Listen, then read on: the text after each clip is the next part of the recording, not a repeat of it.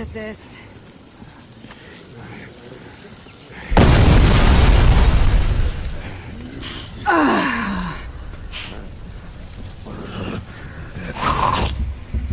Sometimes I impress myself.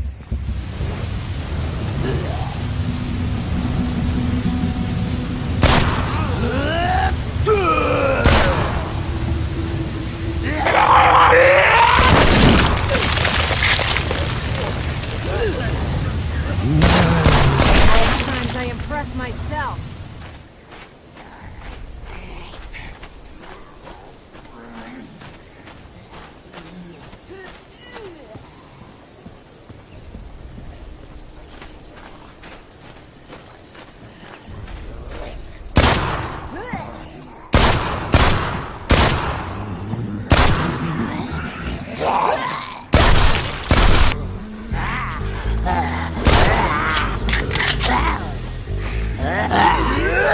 Bites the dust.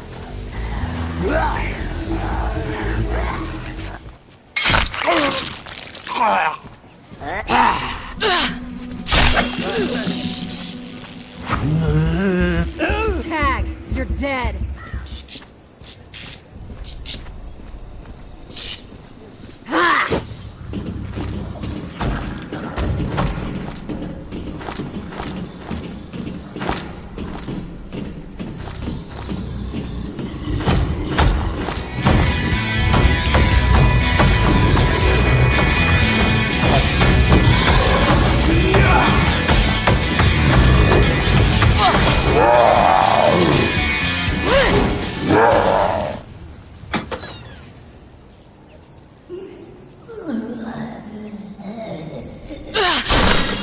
Sometimes I impress myself.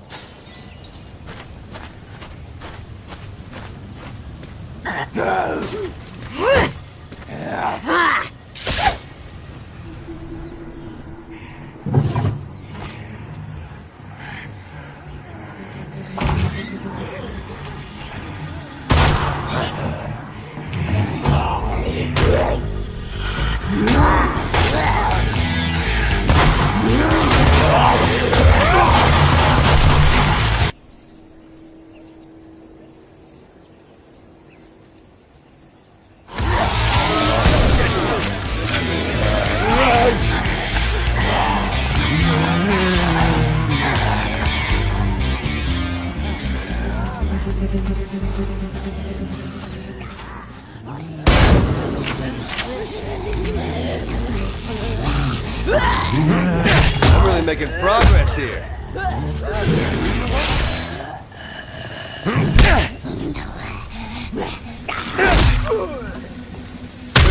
Fun. I'm really making progress here.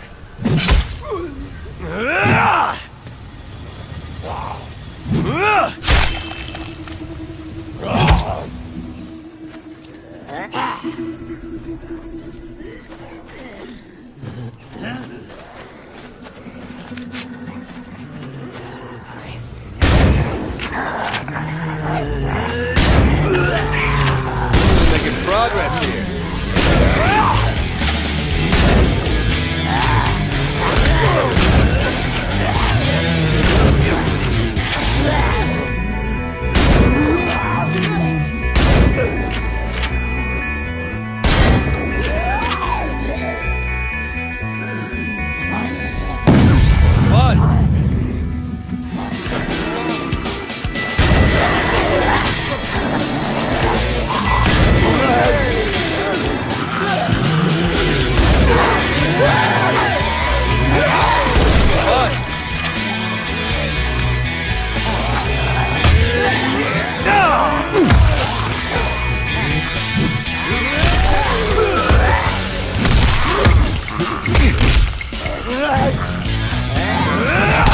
Come get some!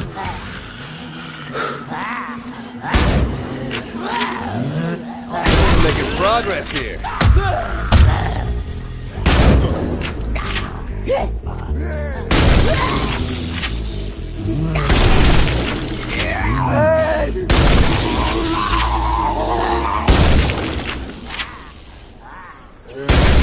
that came from.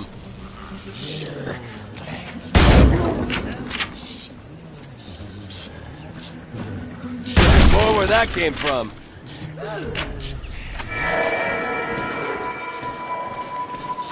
So here we are in the Hollywood Hills. You can see our player is playing as one of our classes, the Speeder. He's joined by two friends here.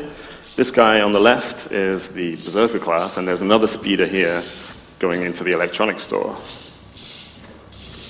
So what you're going to be seeing here is pre-alpha.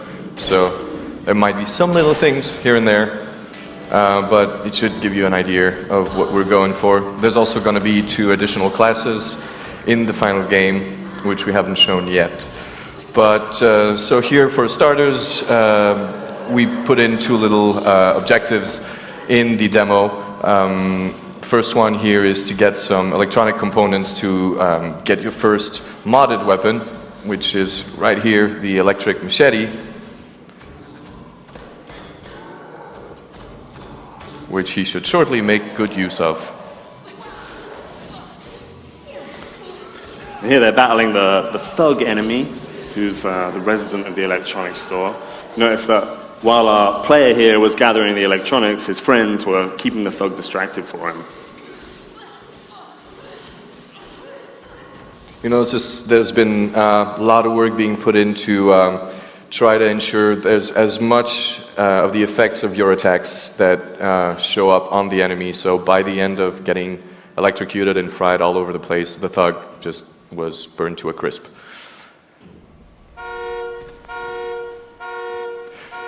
So that was like an example of the modding system, right? You had a machete, managed to get an electric mod on your machete to make a shock machete. In the real game, it's going to work a little differently. For the demo, we wanted to make it like really nice and easy, so you just pick up the resources. In the actual game, you're going to find recipe blueprints, you're going to find weapons, and you're going to be able to like craft the weapon, you know, that suits your play style.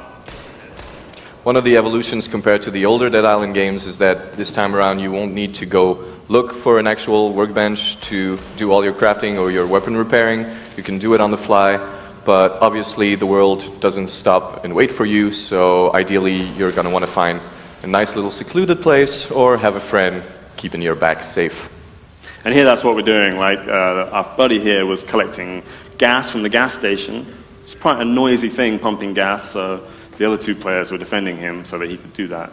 And now he's got a really awesome flammable axe, Which he will demonstrate right now.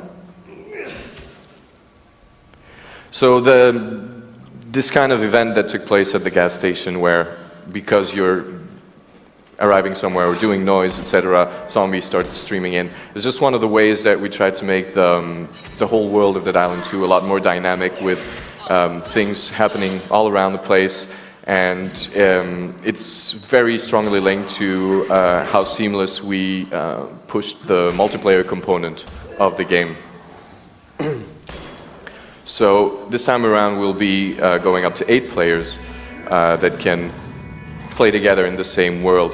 And so as you're going to be playing around, you're going to maybe hear gunshots in the distance, and as you walk there you're going to see that there's another player who's having some trouble handling some thug like earlier, etc., and you could just join up with them. There's no need to group, no anything. You just, you know, meet up and say, yeah, I'm going to help you, and start bashing zombies with him, keeping his back, and then he's going to want to return the favor, this kind of thing.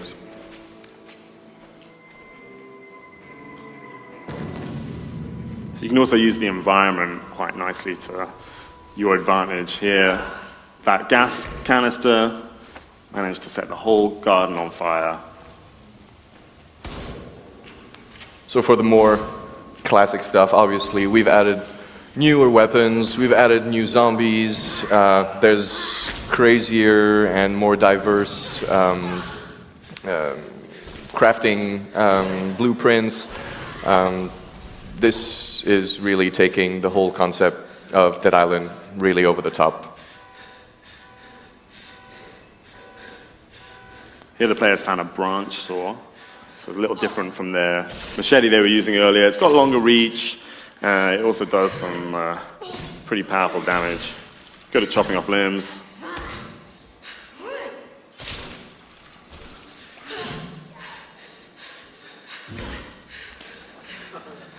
Obviously, we did not compromise on the classic goreness of the series.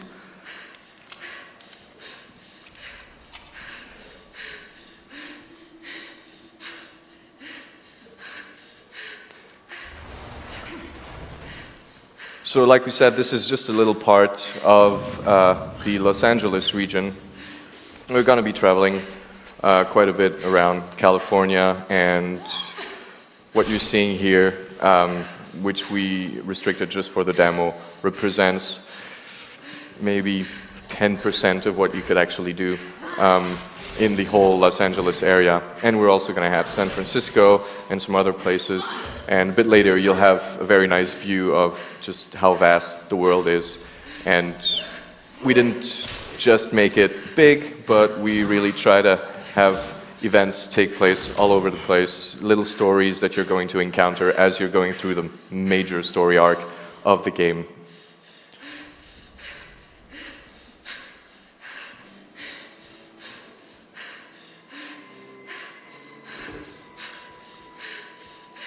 So technically, she's not supposed to be that tired.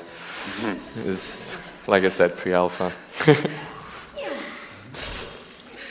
So we really tried to open up the whole sandbox, you know, have fun, run around experience. So right here, you could go into any of the houses, start raiding the candy drawers, all of that, you know, finding all the collectibles to craft or repair later on. And we really embraced this time around the craziness and over-the-top dimension of what Dead Island is about. We realized what players really dig about it is just like bashing zombies in the most crazy ways. So there's going to be even more of these moments where you can just launch one into the stratosphere. So now the guys have called you on the radio to say, hey, we want to have a party. They want to have a karaoke party. Thing is, karaoke's pretty noisy. You can hear it at the top of the hill there. They asked, mind taking care of the zombies for us while we have our party? So now you're going to see like a whole load of zombies trying to get up that hill, and you got to defend them. So what the player's carrying now is, at this point, because it keeps changing every month or so, my favorite weapon, which is the home strike, a crafted monstrosity between a bowling ball and a baseball bat. Ooh. And it's got a pretty cool special move, the zombie launcher. I guess you've seen it a couple of times already. If you do like a swing in the right combo, the zombie goes flying. If that zombie's on fire, it'll set whatever he lands on fire as well.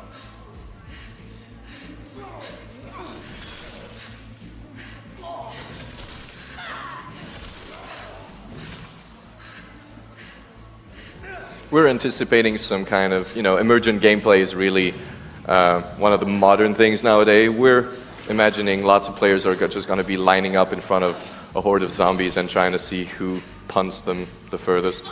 Looking forward to seeing some YouTube videos on that.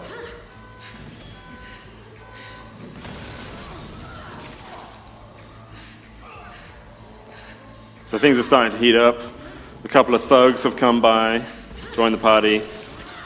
When you get this kind of combat with like a whole bunch of enemies plus a whole bunch of these like harder enemies, you kind of got to work together, right? Because that thug can do quite a lot of damage, but if you distract him, set him on fire, make him electrocuted, it gets a little easier.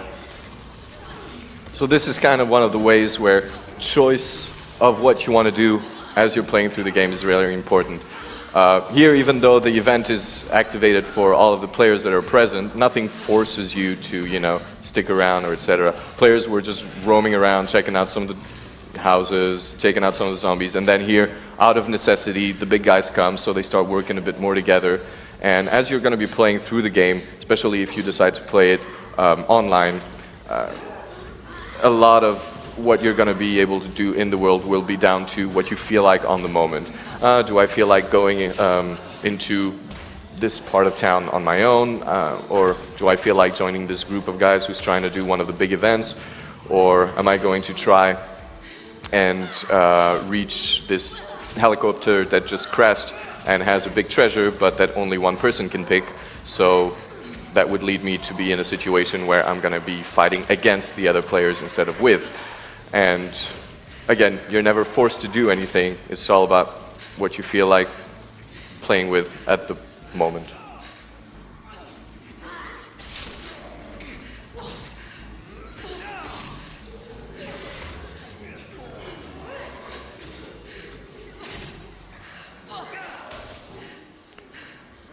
Here's what you just saw is the Fury attack of the Berserker. So every class has a Fury attack, which allows you to do just crazy damage and over-the-top moves for a while. Yeah, the Berserker's Fury attack's pretty cool. You can kick a zombie, so he goes flying. But what's really special about it is if you aim it right, you can kick that zombie into some other zombies. They all like get knocked over. Maybe if you know, they're electrocuted at the time, the electrocution spreads. At that point, he just kicked it over the roof, though. So yeah, the party's over, and the zombies didn't crash it. So if you were to go up to the bar, you might find a pretty cool reward.